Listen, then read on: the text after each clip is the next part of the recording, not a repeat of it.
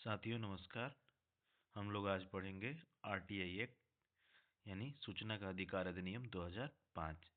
हम लोग इसे पूरा डिटेल रूप में पढ़ेंगे, नियम 1 से 31 तक, पूरी धारा, इसकी अनुसूचियाँ और कंप्लीट 31 तक के नियम। उसके बाद जो महत्वपूर्ण नियम होंगे उसको पढ़ेंगे। उसके बाद हम लोग कुछ दोस्तों जैसे हम लोग अभी पढ़ेंगे इसके सारे नियम पढ़ेंगे 31 तक। उसके बाद हम लोग इम्पोर्टेंट डिफिनीशंस को देखेंगे, कुछ महत्वपूर्ण चीज़ें हैं।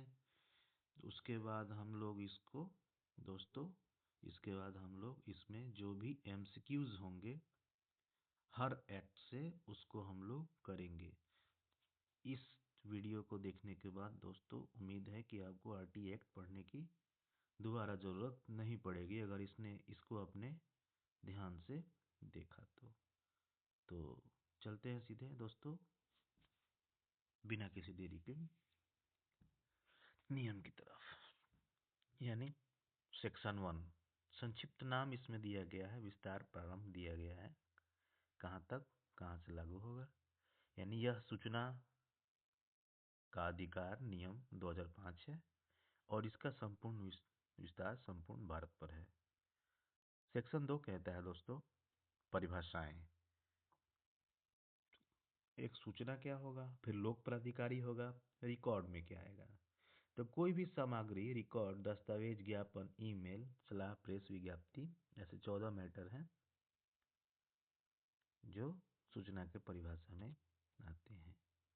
लोक प्राधिकारी यानी अथॉरिटी, सरकार द्वारा स्थापित या वित्त पोषित कोई भी, वित्त पोषित मतलब फिनेंशियली सपोर्टेड कोई भी प्राधिकरण या निकाय। रिकॉर्ड, कोई भी दस्तावेज, पांडुलिपि, फाइल या माइक्रोफिल्म्स। तो तीसरा सेक्शन दोस्तों क्या कहता है, सूचना का अधिकार, सभी नागरिकों को सूचना का अधिकार होगा। नियम 4 कहता है दोस्तों कि लोक प्राधिकारियों की बाध्यताएं, प्रत्येक सरकारी विभाग को अपने रिकॉर्ड सुव्यवस्थित रखने होंगे और अधिक से अधिक जानकारी स्वयं प्रकाशित करने, सुओ मोटो डिस्क्लोजर। यानी नियम 4 कहता है दोस्तों कि ये लोक प्राधिकारियों की बाध्यताएं हैं, यानी कि प्रत्येक सरकारी विभाग को अपने रिकॉर्ड सुव्यवस्थित रखने होंगे और अधिक से अधिक जानकारी स्वयं प्रकाशित करनी होगी। नियम 5 कहता है दोस्तों लोक सूचना अधिकारियों यानी पीआईओएस, पब्लिक इंफॉर्मेशन अथॉरिटीज का पदनाम क्या होंगे, एपीआईओ होंगे, पीआईओ होंगे, सीपीआईओ होंगे, सीआईसी होंगे। हर विभाग को जनता को सूचना देने के लिए लोक सूचना अधिकारी नियुक्त करने जाएंगे। तो जब से एक्ट इनैक्टमेंट हुआ था उसके बाद इन्फोर्समेंट हुआ था दोस्तों, उस समय से यानी 120 दिन बाद से सूचना अधिकारी नियुक्त करने का प्रावधान किया गया था। नियम 6 कहता है दोस्तों सूचना अभिप्राप्त करने के लिए अनुरोध, आवेदन अंग्रेजी या स्थानीय भाषा, लिखित या इलेक्ट्रॉनिक माध्यम से किया जा सकता है। आवेदक को कारण बताने की आवश्यकता नहीं है। मतलब सूचना प्राप्त करने के लिए जो अनुरोध है दोस्तों वो स्थानीय भाषा में किया जा सकता है या इलेक्ट्रॉनिक, आप लिखित रूप से भी कर सकते हैं या इलेक्ट्रॉनिक वे से भी कर सकते हैं, और आपको क्यों अप्लाई किए हैं इसके कारण बताने की आवश्यकता नहीं है। जो सेक्शन 7 कहता है दोस्तों कि जो भी आरटीआई के रिक्वेस्ट आएंगे उसको डिस्पोजल यानी कितने दिनों में निपटान किया जाएगा। तो नॉर्मल मामले में दोस्तों 30 दिन के भीतर किया जाएगा और जीवन या स्वतंत्रता के मामले में दोस्तों इसे 48 घंटे के अंदर ही कर दिया जाएगा। हाँ, एक सेक्शन 7 का 2 भी है, जो 7 का सब रूल 2 कहता है कि यदि सामान्य समय में सूचना नहीं दी गई तो इसे ऑटोमेटिक रिजेक्टेड यानी डिनाइड, इनकार मान लिया जाता है। हम लोग सेक्शन 7 को आगे डिटेल रूप में पढ़ेंगे। अगला नियम कहता है दोस्तों सेक्शन 8 यानी सूचना प्रकट किए जाने से छूट। जब भी पूछता है कि किस नियम के तहत आपको आरटीआई में कुछ सूचनाएं देने का छूट प्राप्त है, तो वो हमेशा क्वेश्चन 8 से होता है। तो ये दोस्तों ये बहुत ही महत्वपूर्ण सवाल है, तो इसे हमेशा हम लोग ध्यान में रखेंगे। नियम 9 कहता है दोस्तों कि कतिपय मामलों में अस्वीकृति माने किसी भी मतलब विशिष्ट मामलों में कैसे डिनाई किया जाएगा। यदि सूचना किसी निजी व्यक्ति के कॉपीराइट का उल्लंघन करती है तो उसे देने से मना किया जाएगा। नियम तभी लागू होगा, जो छूट वाली बात होगी वो हमेशा सेक्शन 8 से संबंधित है। इसको हम लोग ध्यान दे करके चलेंगे। लेकिन जब ये कहेगा कि विशेष मामलों में, जो विशेष मामलों में अस्वीकृति, यदि सूचना किसी निजी व्यक्ति के कॉपीराइट का उल्लंघन करती है तो उसे मना देने से मना किया जा सकता है। यानी जब भी प्रश्न आएगा दोस्तों कि यदि सूचना किसी निजी व्यक्ति के कॉपीराइट का उल्लंघन करती है तो उसे देने से मना किया जा सकता है, ये किस नियम में किस सेक्शन में बताया गया है, दर्शाया गया है, तो उस समय दोस्तों धारा 9 होगी।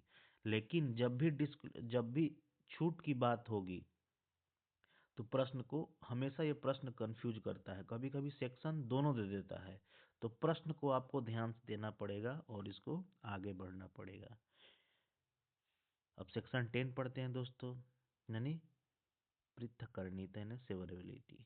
यदि दस्तावेज का कुछ भाग गोपनीय है तो उसे हटाकर बाकी का हिस्सा दिया जा सकता है। यानी इसका मतलब है दोस्तों कि कुछ अगर आपने कोई ऐसा रिक्वेस्ट डाला जिसमें कुछ पार्ट कॉन्फिडेंशियल है यानी गोपनीय है और कुछ पार्ट पब्लिक है, तो पब्लिक वाले जो पार्ट है यानी जो कॉन्फिडेंशियल नहीं है उस पार्ट को दिया जा सकता है और जो कॉन्फिडेंशियल मैटर है उसको नहीं दिया जाएगा। तो आगे चलते हैं दोस्तों हम लोग कि व्यक्ति पर सूचना, थर्ड पार्टी इंफॉर्मेशन।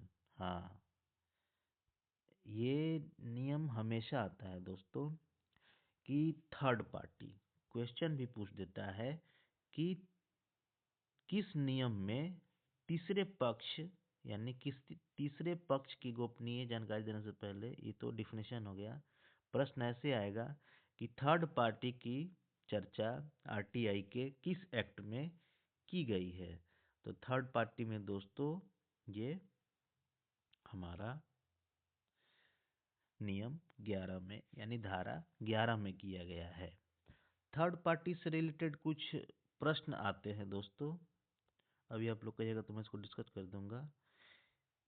अब इसमें टाइम लिमिट होती है कि हमको थर्ड पार्टी को 5 दिनों में भेजना है, उधर से रिप्लाई कितने में आएगा। अगर थर्ड पार्टी से रिलेटेड हमें जानकारी प्राप्त करनी है तो नॉर्मल कंडीशन में आरटीआई का 30 दिन होता है, लेकिन थर्ड पार्टी में 40 दिनों का होता है। लेकिन एक और कंडीशन होता है जहां मानवाधिकार उल्लंघन का मैटर होता है, तो वहां 45 दिन में जवाब दिया जाता है। लेकिन एक और है कि जब जीवन या मरण से यानी जीवन से संबंधित होता है, लाइफ की रिस्पॉन्सिबिलिटी से उसको तुरंत जवाब देना होता है, तो उसको 48 घंटों में आपको जवाब देना अनिवार्य है। तो आगे चलते हैं दोस्तों, धारा 12 सेक्शन 12 कहता है दोस्तों, हाँ ये भी बहुत इम्पोर्टेंट क्वेश्चन है, हमेशा पूछेगा। केंद्रीय सूचना आयोग का गठन आरटीआई के किस सेक्शन में दिया गया है। केंद्रीय सूचना आयोग का गठन दोस्तों सेक्शन 12 में दिया गया है। और हाँ, अब ये डिफाइन भी किया है कि इसमें एक मुख्य सूचना आयुक्त होंगे और अधिकतम 10 केंद्रीय सूचना आयुक्त होंगे। एक सीआईसी होते हैं और एक मुख्य सूचना आयुक्त होते हैं। तो ये हमेशा क्वेश्चन पूछता है कि आरटीआई एक्ट में कितने मैक्सिमम आपके केंद्रीय सूचना आयुक्त हो सकते हैं। जो धारा 13 कह रहा है दोस्तों कि इनकी टेन्योर, पदावधि और सेवा की शर्तें। आयुक्तों का कार्यकाल कितना होगा, वेतन केंद्र सरकार द्वारा निर्धारित किए जाएंगे और वो रीएम्प्लॉयमेंट के पात्र नहीं होंगे। अगर कोई सूचना आयुक्त जो बन गया वो दोबारा सूचना आयुक्त बनने का अधिकार उनके पास नहीं होगा। अब सूचना वक्त जैसे कि जब से उन्होंने सूचना आयुक्त के रूप में ज्वाइन किया है तो वो लोग मैक्सिमम 5 साल तक, यानी वो 5 साल तक ये लोग जो भी होंगे इनकी जो निर्धारित उनका जो कार्यकाल होगा, पदावधि, वो 5 साल तक बने रहेंगे ये। अगला चलते हैं दोस्तों सेक्शन 14 की तरफ, क्योंकि 31 कवर करना है। उसके बाद 7 और भी उसको डिफाइन करेंगे, उसके बाद एमसीक्यूज करेंगे, नहीं तो बहुत ही लंबा वीडियो बन जाएगा। और ऐसा नहीं कि कोई भी पॉइंट छोड़ेंगे, ये अभी डिफिनेशन पढ़ लेते हैं, आगे इसको सारी चीज़ों को डिस्कस करेंगे। मुख्य सूचना आयुक्त या सूचना आयुक्त को हटाया जाना, यानी अगर सूचना आयुक्त को किस कंडीशन में हटाया जा सकता है। साबित कदाचार द्वारा या असमर्थता के आधार पर कौन हटा सकता है, राष्ट्रपति के बाद। लेकिन अगर पूछेगा कि किस कौन जांच करेगा इस मैटर को, तो इस मैटर को दोस्तों सुप्रीम कोर्ट जांच करेगा। और सीआईसी जो सेक्शन 14 के तहत प्रश्न ऐसे पूछ सकता है कि मुख्य सूचना आयुक्त को हटाने का प्रावधान किस सेक्शन में दिया गया है। तो ये दोस्तों सेक्शन 14 में दिया गया है। इसको कौन हटाएगा, राष्ट्रपति हटाएंगे।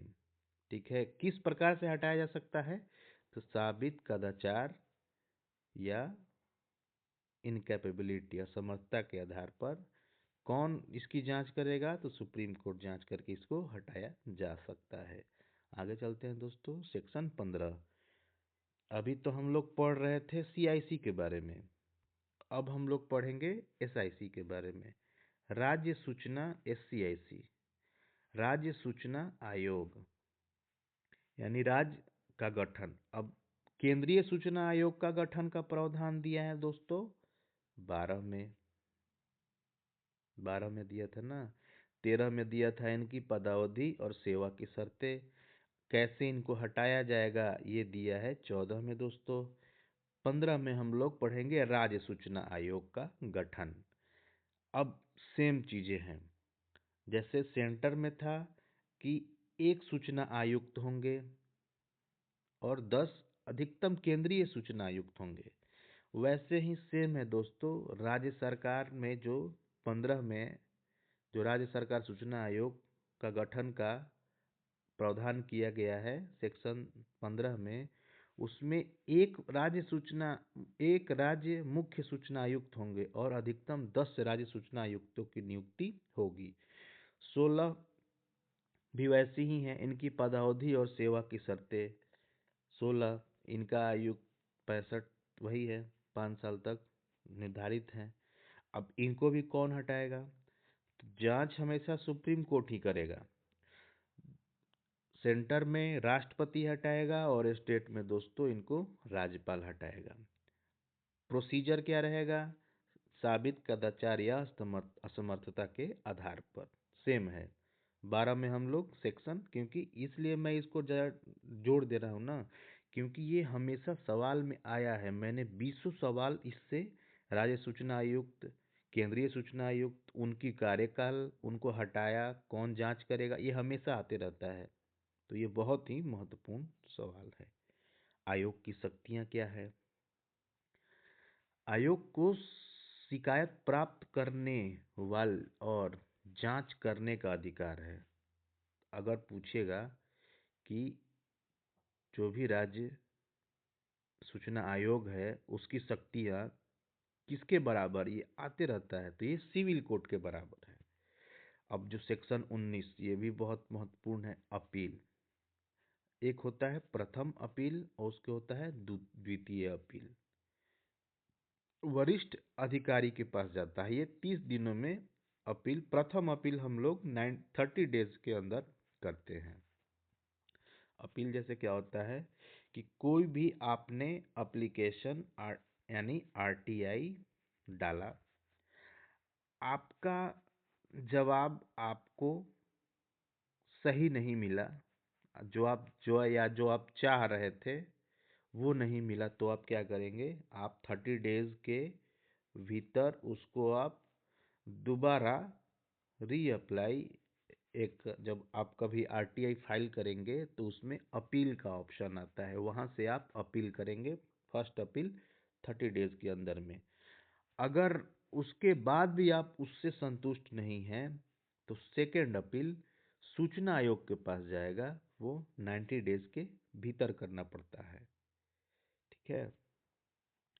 अब सेक्शन 20 को पढ़ते हैं कि क्या होगा अगर ये लोग जानबूझकर देरी करते हैं या और भी गलतियां करते हैं। तो सेक्शन 20 क्या करता है, हमेशा ये भी सवाल में आया है कि आरटीआई के किस सेक्शन में दंड का प्रावधान यानी जुर्माने का प्रावधान किया गया है।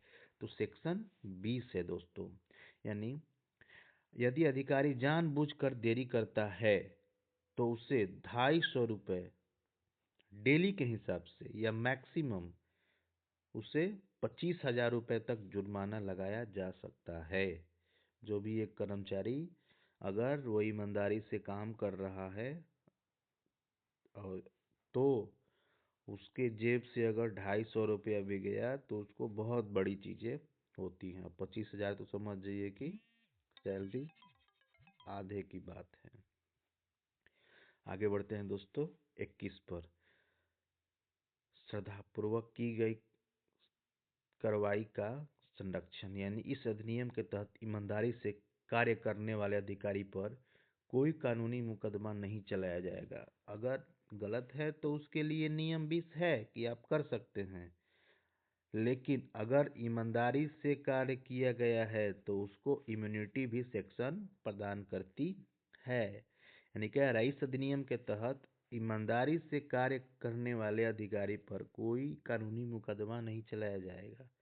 अब नियम 22 पढ़ते हैं हम लोग दोस्तों। अधिनियम का अध्यारोही प्रभाव, यानी कॉन्फिडेंशियल जो ऑफिशियल सीक्रेट एक्ट या अन्य किसी कानून के ऊपर प्रभावी होगा। नियम 23 पढ़ते हैं दोस्तों। न्यायालयों की आधिकारिकता वर्जन, इस नियम के तहत दिए जाने वाले आदेशों के खिलाफ कोर्ट में दावा नहीं किया सकता, केवल अपील की जा सकती है। यानी इस अधिनियम के तहत दिए गए आदेश जो भी होंगे वो कोर्ट में दावा नहीं किया जा सकता है। इन्फॉर्मेशन अलग होता है, आदेश अलग होता है। तो इन्फॉर्मेशन को आप साक्ष्य के रूप में प्रस्तुत कर सकते हैं, लेकिन ये आदेश नहीं हो सकता है, क्योंकि आदेश जो भी होगा, जो भी पेरेंट आपका ऑर्गेनाइजेशन होगा उसका जो लेटर होता है वो सारे आदेश माने जाते हैं। कतिपय संगठन, हाँ मतलब एक्सेप्शनल जो ऑर्गेनाइजेशन है, जैसे ये हमेशा ये भी आता है कि किस सेक्शन के तहत आईबी रॉ जैसे जो हमारे इंटेलिजेंस जो वो ऑर्गेनाइजेशन है उस पर आरटीआई एक्ट लागू नहीं होता है। तो नियम 24 में, यानी खुफिया और सुरक्षा संगठन जैसे intelligence bureau, raw and analysis wing पर यह नहीं लागू होगा। लेकिन कब, भ्रष्टाचार और मानवाधिकारों को उल्लंघन को छोड़कर आपको उसके बारे में इंफॉर्मेशन नहीं मिलेगा। लेकिन अगर आप उस पर ब्लेम लगा रहे हैं, आप साक्ष्य सबूत कर रहे हैं, आप भ्रष्टाचार का आरोप लगा रहे हैं, आप मानवाधिकार के उल्लंघन के लिए मांग रहे हैं, तो वो सारी चीज़ें आपको मिलेगा। हम लोग जो एक पढ़े थे कि नियम 10 जो हम लोग पढ़े थे दोस्तों, तो उसमें ये पढ़े थे हम लोग कि पृथकीकरणता, यदि दस्तावेज का कुछ भाग गोपनीय है तो उसे बाकी का हिस्सा दिया जा सकता है। तो जो हम लोग नियम 24 पढ़े ना दोस्तों, ये एक उसी प्रकार का एक उदाहरण है कि कुछ भाग जैसे भ्रष्टाचार मानवाधिकार को तो हम लोग ले सकते हैं, लेकिन इसके बारे में जानकारी हम लोग नहीं ले सकते हैं। जो मॉनिटर करना है 25 सेक्शन का रहा है कि केंद्रीय और राज्य सूचना आयोग को हर साल सरकार को एक वार्षिक रिपोर्ट सौंपनी होगी, नियम 25 कह रहा है। धारा 26 यानी समुचित सरकार द्वारा कार्यक्रम तैयार करना, सरकार का कर्तव्य है कि आरटीआई पर जनता के लिए शैक्षणिक कार्यक्रम और गाइड प्रकाशित करे। 27 में तो दोस्तों नियम बनाने की शक्ति है, केंद्र या राज्य सरकार गजेटेड में अधिसूचना द्वारा नियम बना सकती है। 28 में दोस्तों है कि नियम बनाने की जो शक्ति है उसके सक्षम पदाधिकारी कौन होंगे। इसमें लोकसभा अध्यक्ष, बहुमन, ये क्या लिखा है, प्राचीन पदाधिकारी और लोकसभा अध्यक्ष, मुख्य न्यायाधीश यदि अपने विभागों के लिए नियम बना सकते हैं। सेक्शन 28, सेक्शन 28 में लिखा है दोस्तों कि कौन कौन इसमें है, नियम बनाने की जो शक्तियां हैं। तो इसमें कौन कौन आएगा दोस्तों, हमारे उपनियम 6, उपनियम 4, उपनियम 7, ये सारे इसमें कंक्लूडेड हैं।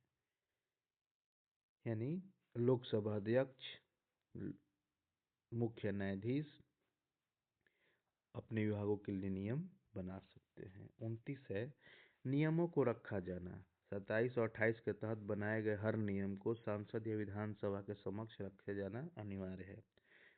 सेक्शन 30 है कठिनाइयों को दूर करने की शक्ति, यदि अधिनियम को लागू करने में कठिनाई आती है तो केंद्र सरकार आदेश द्वारा दूर कर सकती है। अच्छा, रिपील एंड सेविंग, ठीक है, ठीक है। यानी नियम 31 के तहत इसे जरूरत पड़ी तो सरकार इसे रिपील, मैंने प्रेसिडेंट इसे रिपील कर सकते हैं। हम लोगों ने 31 नियम पढ़ा, आगे चलते हैं हम लोग इम्पोर्टेंट चीज़ों को हम लोग देखेंगे। अच्छा लगेगा तो आप वीडियो को शेयर, लाइक, सब्सक्राइब कर दें ताकि मुझे लगे कि मैं भी कुछ सही रास्ते पे जा रहा हूँ। हम लोग नियम 3 के बारे में पढ़े थे दोस्तों कि ये कहाँ लागू होगा, क्या इसका दायरा है, क्या सिस्टम है। नियम 3 एक इम्पोर्टेंट होता है। यह कानून कहाँ लागू होगा, धारा 1 में बताया गया है। यह अधिकार किसे प्राप्त है, धारा 3 में बताया गया है। संस्थागत दायरा, इसके अंतर्गत कौन कौन आते हैं, तो 2H 2A में इसको बताया गया है दोस्तों। सूचना क्या है, हाँ, सूचना क्या है ये धारा 2F में बताया गया है। हमेशा जब आप आरटीआई फाइल करेंगे तो उसमें एक सवाल आएगा कि यह धारा 2F के तरह अंतर्गत सूचना में ये आता ही नहीं है, और लोगों के जो सवाल होते हैं दोस्तों वो रद्द कर दिए जाते हैं। तो सूचना के अंतर्गत क्या आता है, किसी इलेक्ट्रॉनिक रूप में धारित अभिलेख, दस्तावेज, ज्ञापन, ईमेल, मत, सलाह, प्रेस विज्ञप्ति, परिपत्र, आदेश, ये ऐसी चीजें हैं जो किसी मतलब इलेक्ट्रॉनिक रिकॉर्ड के रूप में हो तो वो लोग इसे दे सकते हैं। आगे बढ़ते हैं दोस्तों, नाम का विस्तार और धारा ये, तो जो हम लोग नियम 1 पढ़े थे ना कि इसका जुरिडिक्शन क्या होगा, इसका नाम जैसे क्या होगा, तो आरटीआई एक्ट हमेशा पूछता है कि इसका पूरा नाम क्या है। तो सूचना का अधिकार 2005, दायरे से बाहर कौन है, तो ये दोस्तों जम्मू कश्मीर है और सभी राज्यों में ये लागू होता है। हाँ, कुछ चीजें जैसे कहा गया है कि जो आरटीआई एक्ट कहता है कि कब से लागू हुआ, तो 12 अक्टूबर 2005 से। यानी कहता है कि शेष अधिनियम 120वें दिन लागू हुआ था और धारा 5, 12, 16, 24, 27 और 28 तत्काल प्रभाव से लागू हो गई थी। ठीक है, आगे चलते हैं दोस्तों। सूचना का अधिकार, जिसमें पर्सनल स्कोप की बात की गई है, यानी प्रावधान। इस अधिनियम के उपबंधों के अधीन रहते हुए सभी नागरिकों को सूचना का अधिकार होगा, बिल्कुल होगा। नागरिकता अनिवार्य है। यह अधिकार केवल भारतीय नागरिक को अधिकार दिया गया है। हमेशा पूछता है कि आरटीआई कौन फाइल कर सकता है, तो आरटीआई का जवाब किसे दिया जाएगा, तो हमेशा भारतीय नागरिकों को ही दिया जाएगा। लेकिन यह किसी कंपनी, निगम, विदेशी नागरिक को स्वतः प्राप्त नहीं है। यह धारा अधिनियम का मूल आधार है, जो नागरिकों को पारदर्शिता की मांग करने का कानूनी हक देता है। हमेशा आता है दोस्तों पब्लिक अथॉरिटी 2H। अब इसमें कौन कौन होता है, संस्थागत दायरा क्या होता है, इससे हमारा जो संविधान, संसद, विधानमंडल है, फिर सरकारी विभाग है, फिर जो नॉन जो फिनेंशियली जो सपोर्टेड इंस्टीट्यूशन है या एनजीओ है, ये सारे आते हैं। इनसे आप सवाल इनसे पूछ सकते हैं। प्राइवेट इंस्टीट्यूशन के बारे में ये जानकारी नहीं दे सकता है। लोक प्राधिकारी का अर्थ है कि कोई भी प्राधिकारी, निकाय या स्वायत्त संस्थाएं जो स्थापित किए गए हैं। स्थापित करने का मतलब क्या होता है, या तो संविधान द्वारा होगा, या संसद द्वारा बनाए गए किसी कानून द्वारा होगा, या राज्य विधानमंडल द्वारा बनाए गए किसी कानून द्वारा होगा, या राज्य सरकार की अधिसूचना या आदेश द्वारा। अब जैसे हो गया कि सरकार के स्वामित्व या नियंत्रण वाले निकाय, जो भी जैसे हमारे पीएसयू होते हैं, इनके बारे में भी, या जो फिनेंशियली सपोर्टेड हैं उनको, या सरकार द्वारा वित्त पोषित एनजीओज हैं, इनके बारे में हम लोग जानकारी ले सकते हैं। एप्रोप्रिएट गवर्नमेंट की भी बात आती है 2A में, कि समुचित सरकार यानी प्रशासनिक अधिकार का क्षेत्र। देखिए, केंद्र सरकार होती है जो सेंट्रल लेवल पर डील करती है, और स्टेट गवर्नमेंट होती है जो दोस्तों वो स्टेट लेवल पर डील करती है। हम लोगों ने धारा 12 में पढ़ा था दोस्तों, और धारा 15 में पढ़ा था। धारा हम लोगों ने 12 में पढ़ा था दोस्तों कि सीआईसी का गठन किया जाएगा धारा 12 में, और धारा 15 में हम लोगों ने पढ़ा था दोस्तों कि एसआईसी का गठन किया जाएगा। राज्य सूचना आयोग का गठन 15 में किया जाएगा दोस्तों, और सीआईसी का गठन 12 में किया जाएगा। तो उसी के तहत यदि लोक प्राधिकारी केंद्र के सरकार के अधीन है या उसके द्वारा स्थापित वित्त पोषित है, इसमें केंद्र शासित प्रदेश जो यूनियन टेरिटरीज के प्रशासक भी शामिल हैं, तो वो केंद्र सरकार के अंतर्गत आएगा।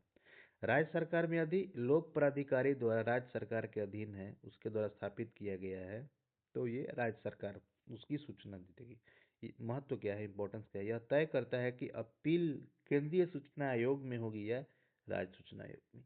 जब भी आप इंफॉर्मेशन मांगते हैं, तो अगर आप असंतुष्ट रहते हैं तो आपको अपील करने का, फर्स्ट अपील, सेकेंड अपील करने का अथॉरिटीज मिल जाती हैं।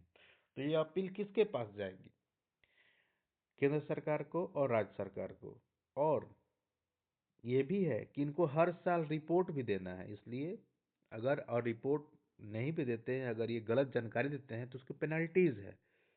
अगर ये उस कार्य को सही से निभा नहीं पाते हैं तो उनको कैसे हटाना है, सुप्रीम कोर्ट जांच करेगी, प्रेसिडेंट के द्वारा इसे हटाया जा सकता है। एक नियम है, तो सबकी जिम्मेदारियां तय की गई है दोस्तों।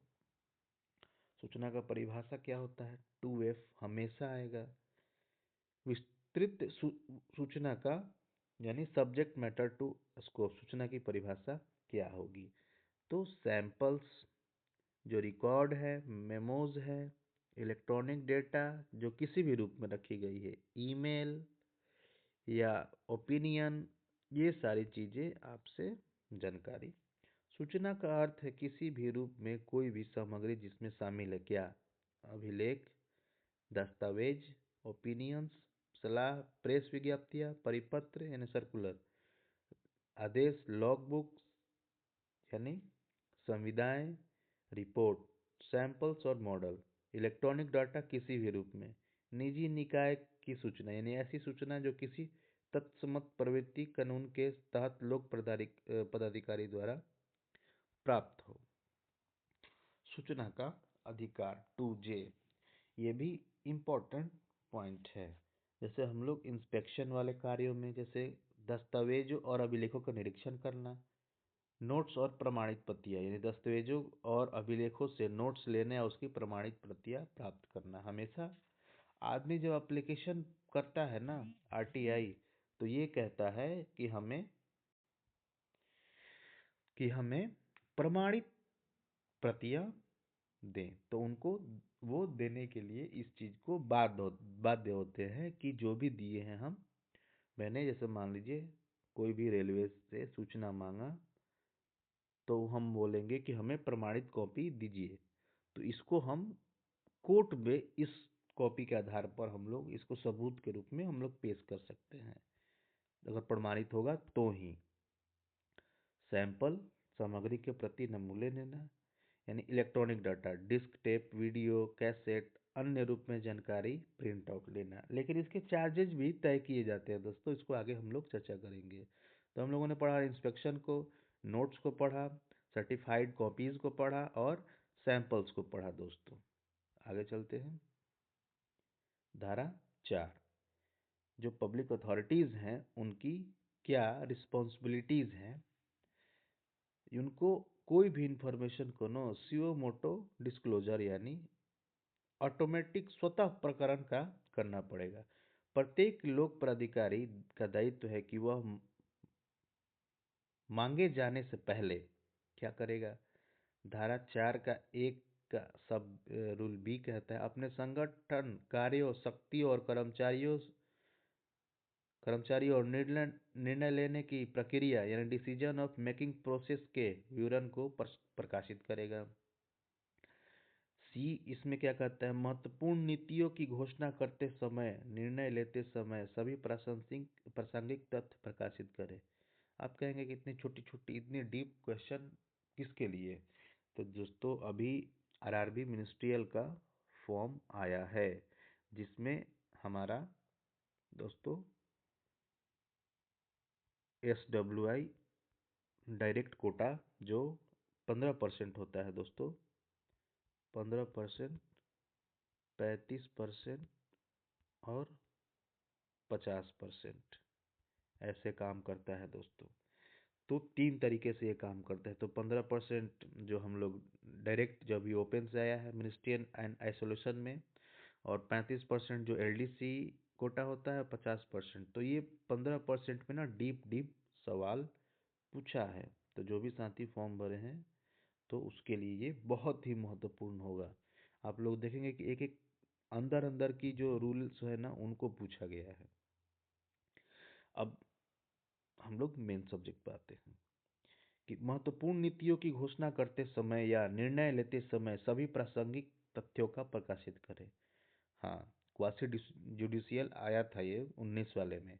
प्रभावित व्यक्तियों को अपने प्रशासनिक या अर्ध न्यायिक निर्णयों का कारण बताएं।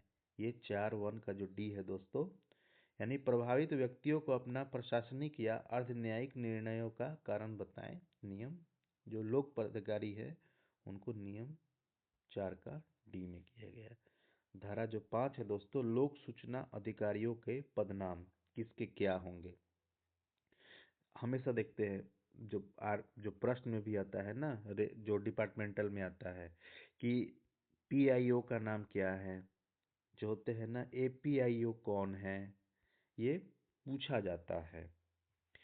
तो कार्यान्वयन कार्यान्वयन का अधिकार यानी ऑपरेशनल जुरिस्डिक्शन, सूचना तक पहुंच सुनिश्चित करने के लिए अधिकारियों का दायित्व यानी केंद्रीय राज्य सूचना अधिकारी जो PIO होंगे, प्रत्येक प्रशासनिक इकाई या कार्यालय में सूचना प्रदान करने के लिए नियुक्त, जहाँ भी हेड क्वार्टर होगा दोस्तों, जहाँ भी आपका डीआरएम ऑफिस होगा, तो वहाँ पर हर डीआरएम ऑफिस, हर हेड क्वार्टर में दोस्तों, वहाँ पर पीआईओ और एपीआईओ होते हैं।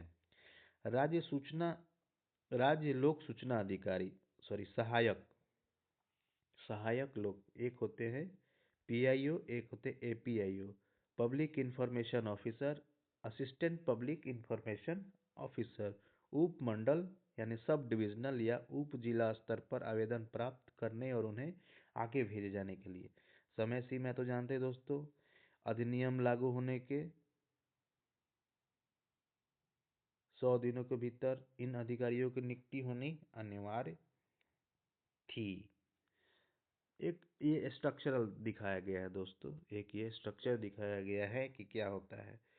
पहले जो भी फाइल एपीआईओ के पास रहती है, उसके बाद पीआईओ के पास जाती है, फिर अगर यहाँ से रिलीज होता है वो, या वो मॉनिटर करता है। अगर इसके पास से भी आपको सेटिस्फेक्शन नहीं मिला तो आप अपील करेंगे, तो वो या तो सीआईसी के पास जाएगा या फिर एसआईसी के पास जाएगा। सीआईसी जो सेंट्रल ऑफिस रहता है, और एसआईसी जो स्टेट के ऑफिसों से होती हैं। धारा नियम, ये भी इम्पोर्टेंट था दोस्तों, जो हम लोगों ने पढ़ा था कि धारा 24 कह रहा है कि अधिनियम की प्रयोज्यता से छूट, कॉन्फिडेंशियल फाइल को हम लोग बाहर रखेंगे। जो हम नियम 10 भी पढ़े थे हम लोग दोस्तों, उसमें एक था कि एक पार्ट अगर आपका कॉन्फिडेंशियल है और एक पार्ट आपका पब्लिक है, तो आप जो पब्लिक है उसी को आप इंफॉर्मेशन के रूप में देंगे, और जो कॉन्फिडेंशियल है उसको रोक के रखेंगे, यानी नकारात्मक दायरा, एक्सक्लूजन। अनुसूची 2 कहती है दोस्तों, केंद्र सरकार द्वारा स्थापित खुफिया और सुरक्षा संगठन जैसे IB, intelligence bureau, raw, research and analysis wing इस अधिनियम के दायरे से बाहर है।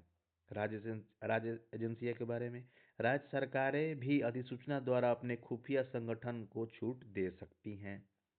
लेकिन कहाँ, ये तो आपको दिया गया कि इससे नहीं मिलेगा, लेकिन किस कंडीशन में मिलेगा? तो महत्वपूर्ण अपवाद क्या है? यदि मांगी गई जानकारी भ्रष्टाचार के आरोपों या मानवाधिकार के उल्लंघन से संबंधित है तो यह छूट लागू नहीं होगी। मानवाधिकार उल्लंघन के मामले में सूचना आयोग का अनुमोदन आवश्यक है। लेकिन अगर एक और टर्म आता है दोस्तों कि मानवाधिकार से संबंधित जो होते हैं ना, आप अपील करेंगे ना, तो उसकी जो टाइम लिमिट होती है वो 45 डेज की होती है। नॉर्मल आरटीआई जो मांगा जाता है दोस्तों, वो 30 दिनों के भीतर जवाब देना होता है। थर्ड पार्टी में दोस्तों 40 दिनों के भीतर। लेकिन जब मानवाधिकार आयोग की बात होगी और वहाँ से आप आरटीआई का जवाब लेंगे, तो उसमें 45 दिन का समय होता है दोस्तों। सूचना 8, ये बहुत इंपॉर्टेंट है दोस्तों, हमेशा एग्जाम में आते रहता है कि धारा 8 प्रकटीकरण से छूट, यानी आप उसको एग्जेम्प्टेड है कि आपको इसको डिस्क्लोज नहीं कर सकते हैं। अब इसकी सीमाएं क्या है? लोक प्राधिकारी निम्नलिखित सूचना देने के लिए बाध्य नहीं है। अब इसके क्या है दोस्तों? ये है कि भारत की संप्रभुता, अखंडता, सुरक्षा को प्रभावित करने वाली, न्यायालय द्वारा निषिद्ध सूचना, संसद विधान मंडल के विशेषाधिकार का हनन, वाणिज्यिक विश्वास, कमर्शियल कॉन्फिडेंशियल और बौद्धिक संपदा, वैश्विक नातेदारी, फिडुशियल फिडुशियरी वैश्वासिक नातेदारी हो, फिडुशियरी रिलेशनशिप, जांच प्रक्रिया में बाधा डालने वाली सूचना, व्यक्तिगत जानकारी जिसकी लोक क्रियाकलाप से संबंधी नहीं है। ठीक है, ये सारी चीजें हमें सूचना का प्रकटीकरण से छूट प्राप्त होता है। अगर ऐसे सवाल आप पूछेंगे तो कहेगा कि नियम 8 के तहत ये सूचना देने के लिए बाध्य नहीं है। नियम 9 और 10, 9 में हम लोग पढ़े थे दोस्तों, और 10 में, 10 तो हम लोग पढ़े थे कि एक पार्ट को दिया जाएगा, एक पार्ट को नहीं दिया जाएगा। 9 में हम लोगों ने पढ़ा था दोस्तों कि जहाँ कॉपीराइट की बात आएगी वहाँ पर ये जानकारी नहीं दी जाएगी। नियम 9 है, अस्वीकृति का आधार क्या होगा? ग्राउंड्स फॉर रिजेक्शन, यदि सूचना के प्रकटीकरण से किसी व्यक्ति, राज्य के अलावा कॉपीराइट का उल्लंघन होता है तो सूचना देने से मना किया जा सकता है। नियम 10 क्या कहता है दोस्तों?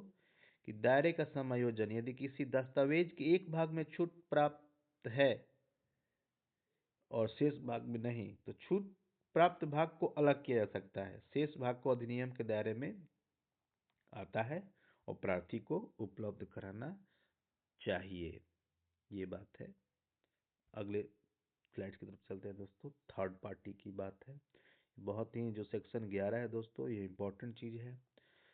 थर्ड पार्टी, पर व्यक्ति सूचना, थर्ड पार्टी इंफॉर्मेशन। तृतीय पक्ष, थर्ड पार्टी का अर्थ है कि सूचना मांगने वाले से भिन्न कोई व्यक्ति, इसमें अन्य लोक प्राधिकारी भी। अगर मान लीजिए आप रेलवे में काम कर रहे हैं, आपने रेलवे से सूचना मांगा और वो जो सूचना होगी उसे जो होगा हमारा पब्लिक डिपार्टमेंट होगा दोस्तों, तो उससे प्राप्त करना होगा। तो वो क्या करेगा? यदि सूचना किसी तृतीय पक्ष से संबंधित है तो उसे गोपनीय माना गया है। तो लोक सूचना अधिकारी सूचना प्रकट करने से पहले तृतीय पक्ष को नोटिस देगा 5 दिनों के भीतर। तृतीय पक्ष को अपना सबमिशन रखने का अवसर दिया जाएगा कि सूचना प्रकट की जाए या नहीं। ये हो गए हमारे लोक प्राधिकारी। हमने आवेदन दिया, ये लोक प्राधिकारी क्या किए? इनके पास जवाब नहीं था, ये थर्ड पार्टी को दिए। थर्ड पार्टी अपना 5 दिनों के भीतर इनको जवाब देगा। तो जो हमारा 30 दिन का जो टाइमलाइन होता है, ये +5, जब इसको जानकारी मिल जाएगा दोस्तों तो 5 दिन का समय ये और लेंगे और ये हमें 40 दिन में जवाब देंगे। लेकिन जैसे ही मानवाधिकार का होता है तो वो 10 दिन ले लेते हैं। 5 दिन के बाद फिर इनको सबको टाइम बाउंड किया गया है दोस्तों। निष्कर्ष, पारदर्शिता का ढांचा, दायरे का निष्कर्ष, यानी जो पूरे नियम को हम लोग इसको देखेंगे।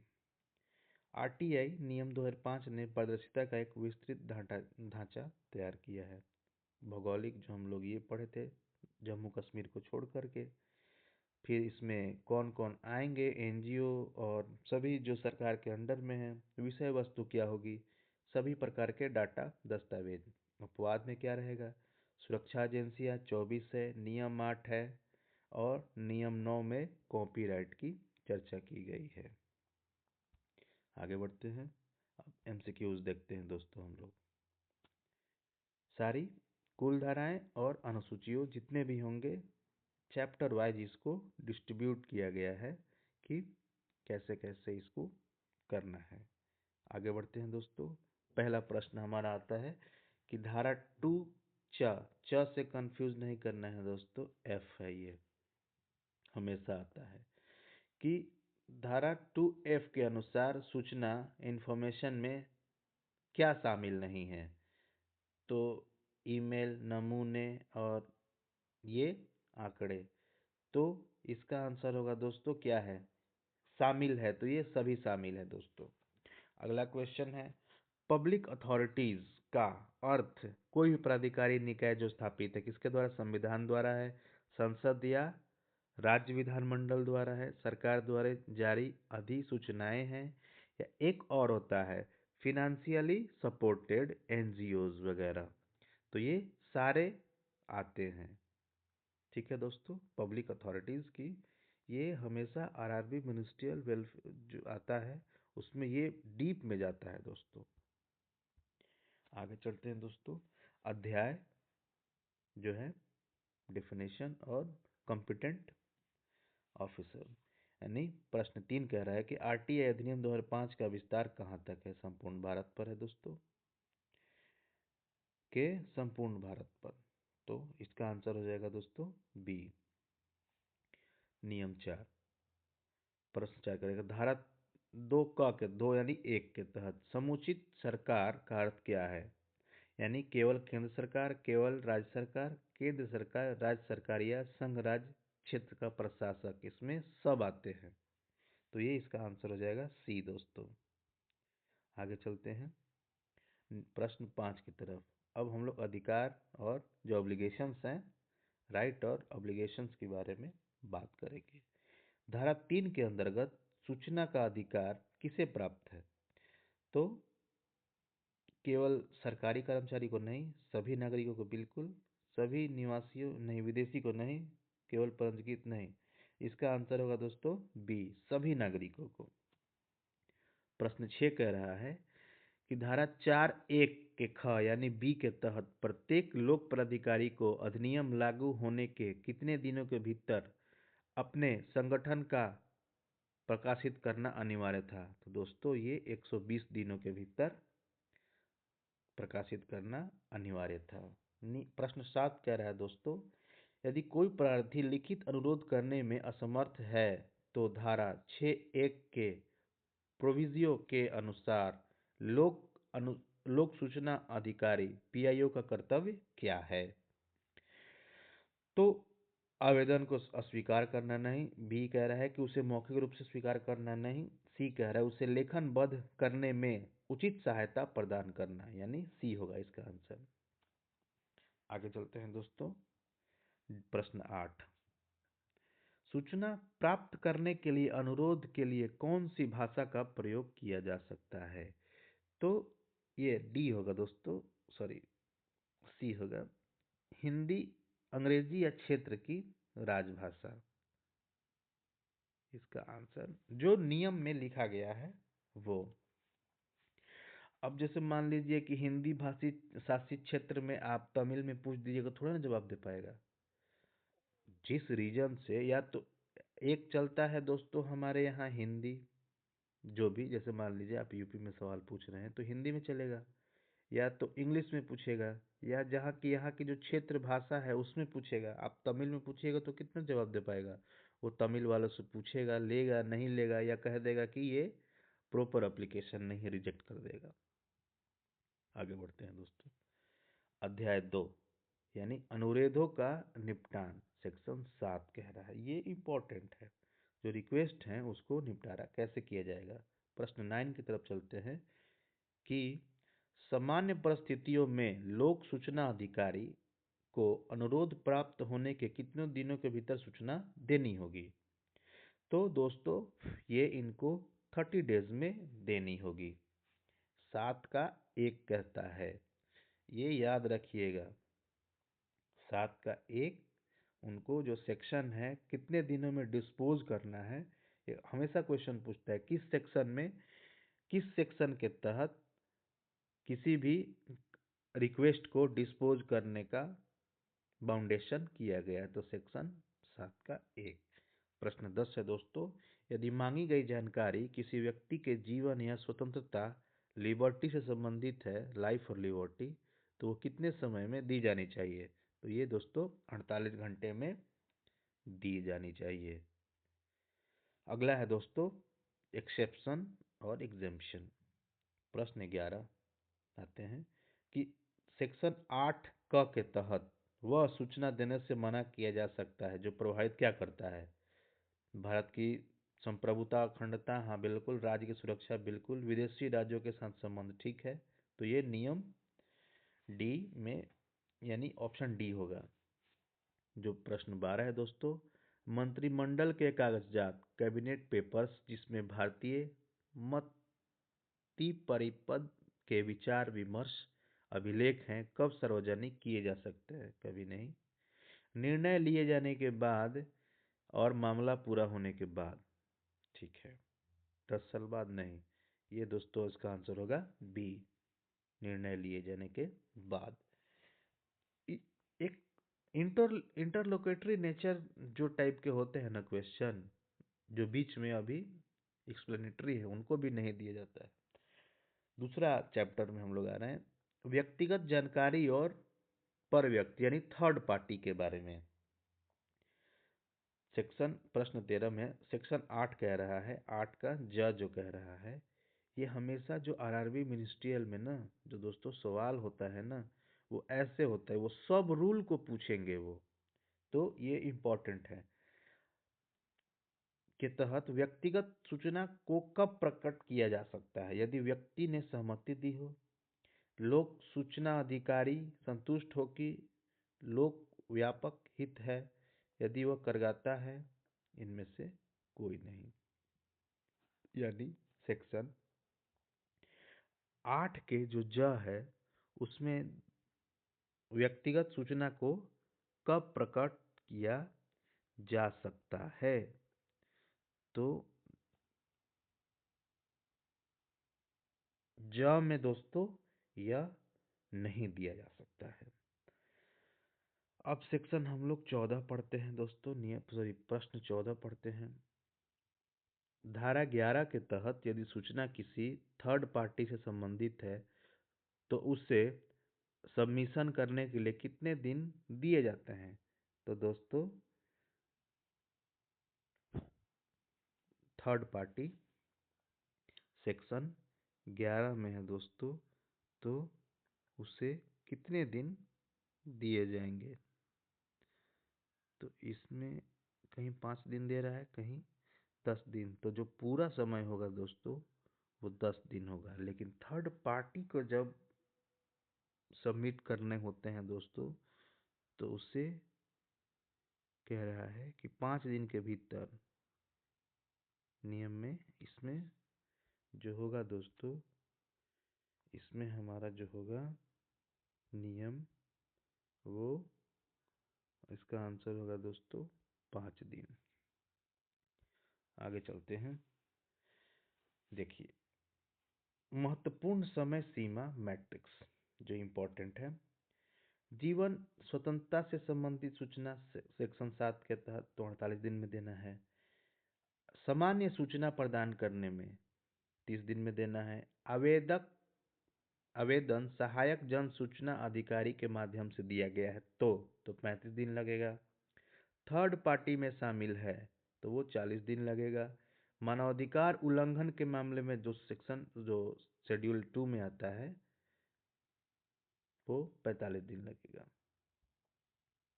आगे बढ़ते हैं दोस्तों। केंद्रीय सूचना आयोग से संबंधित प्रश्न 15 प्रश्न, यानी मुख्य सूचना आयुक्त की नियुक्ति राष्ट्रपति द्वारा एक समिति की सिफारिश पर होती है। इस समिति का अध्यक्ष कौन होता है? बहुत ही महत्वपूर्ण प्रश्न है दोस्तों। इसका प्रधानमंत्री होते हैं। ये सेक्शन 12 का 3 में दिया गया है। प्रश्न 16 है दोस्तों कि मुख्य सूचना आयुक्त अपने पद पर कितनी अवधि तक रह सकते हैं? तो दोस्तों 5 वर्ष या 65 वर्ष। हम लोग 13 में ना बार सूचना आयुक्त हम लोग 10 में पढ़े थे दोस्तों, सूचना आयुक्त का गठन कैसे होगा। 11 में पढ़े थे हम लोग दोस्तों, नहीं सॉरी गलत कह रहे हैं, हम लोग सेक्शन 12 में पढ़े थे दोस्तों कि सूचना आयुक्त का गठन कैसे होगा।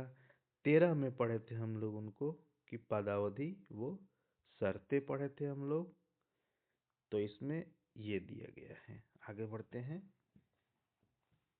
चैप्टर 4 राज्य सूचना आयोग की तरफ, यानी सेक्शन 15 से 17। मुख्य सूचना आयुक्त की नियुक्ति कौन करता है? तो वही राज्यपाल करता है, और सीआईसी का तो राष्ट्रपति करता है राज्यपाल की समिति के सिफारिशों पर। सॉरी, राज्य का मुख्यमंत्री नहीं, ये गलत था, राज्यपाल करता है, ठीक है। राज्य सूचना आयुक्त के पद से हटाने का अधिकार किसके पास है? तो राष्ट्रपति के पास है, उच्चतम न्यायालय के द्वारा, ठीक है। सॉरी राज्यपाल के पास है। जो हम लोगों ने सेक्शन 18 पढ़ा था दोस्तों, इसमें क्लियरली लिखा हुआ था